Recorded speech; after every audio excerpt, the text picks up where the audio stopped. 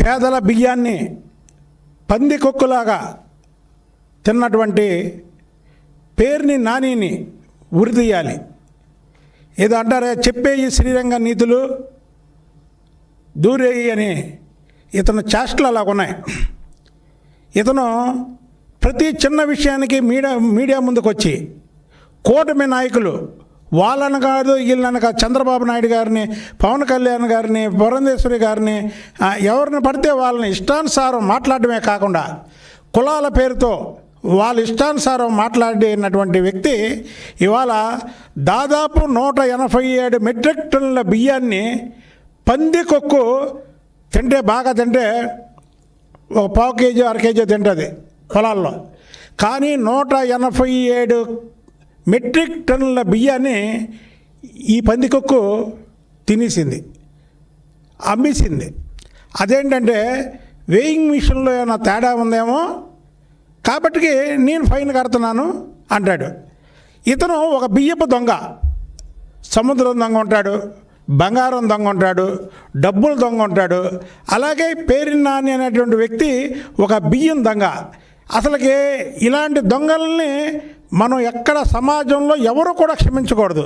ఇవి పేద ప్రజల కోసం ప్రభుత్వాలు ఎంతో ఖర్చు చేసి పేదలకు ఇవ్వాలన్నటువంటి బియ్యాన్ని ఇవాళ పందికొక్కలాగా మేసి, పేదలన్నా దయా దాక్షిణ్యం లేకుండా ఇవాళ వాళ్ళ సొమ్ము తినడమే కాకుండా 1,72,00,000 ఇవాళ ఎక్కడి నుంచి తెచ్చి నువ్వు డీడీ కట్టావు? ఒక దొంగతనం చేసి నేను నీ వస్తువులు నీకు ఇచ్చేస్తున్నాను దొరికిపోయిన తర్వాత అంటే దొంగ కాకుండా పోతాడా? అసలు నువ్వు ఇవ్వబడి నీ దగ్గర నుంచి రికవరీ చేస్తుంది ప్రభుత్వం, పోలీసులు రికవరీ చేస్తారు దొంగ దగ్గర. ఇవాళ నువ్వు దొరికిపోయినటువంటి దొంగవి, ఏమైపోయావు నువ్వు? నీ కుటుంబం ఎక్కడికి పారిపోయావు? ఇంత బతికి ఇంటి అన్నగాతలు సచ్చినట్టు అయిపోయింది ఇవాళ నీ కర్మ. ఎందుకంటే మాటకు ముందు మాట తర్వాత మీడియా ముందుకు వచ్చేవాడివి.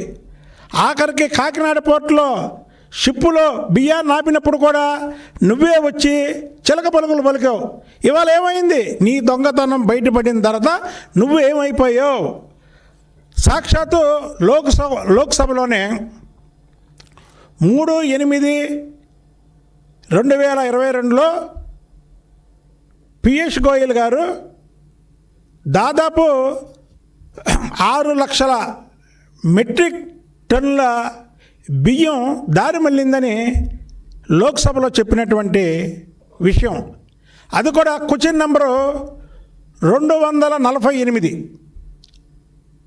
ఆ రోజు కరోనాలో దాదాపు 6 లక్షల మెట్రిక్ టన్నుల బియ్యాన్ని జగన్మోహన్ రెడ్డి అండుకో దారి మళ్లించి దానికి ఈ స్మగ్లింగ్ చేయడానికి ముఖ్యంగా ఆఫ్రికా లాంటి దేశాలకి పంపించడం కోసం కృష్ణపట్నం రేవు కానివ్వండి, లేదా ఇంకోటి కానివ్వండి, ఇలా ఇవన్నీ కూడా జగన్మోహన్ రెడ్డి ఆక్రమించి ఇలాంటి పేరిని నాణ్యుల్ని ఒక 10 మందిని ఏజెంట్లుగా పెట్టుకొని ఈ చిన్న దొంగలకి పెద్ద దొంగల ముఠాలాగా జగన్మోహన్ రెడ్డి ఫారెన్ ఎక్స్పోర్ట్ చేశాడు ఈ బియ్యాన్ని. ఇవన్నీ కూడా కూటమి ప్రభుత్వం వచ్చాక ఒకటి బయటపడుతున్నాయి. ఆ బయటపడిన దాంట్లోనే ఈ కృష్ణా జిల్లా పందికొక్కు బియ్యపు దొంగ పేరు నాని విషయం కూడా బయటపడింది. ఇతను తన భార్య పేరు మీద జయసుధ పేరు మీదే ఆ గొడవన ఉంది.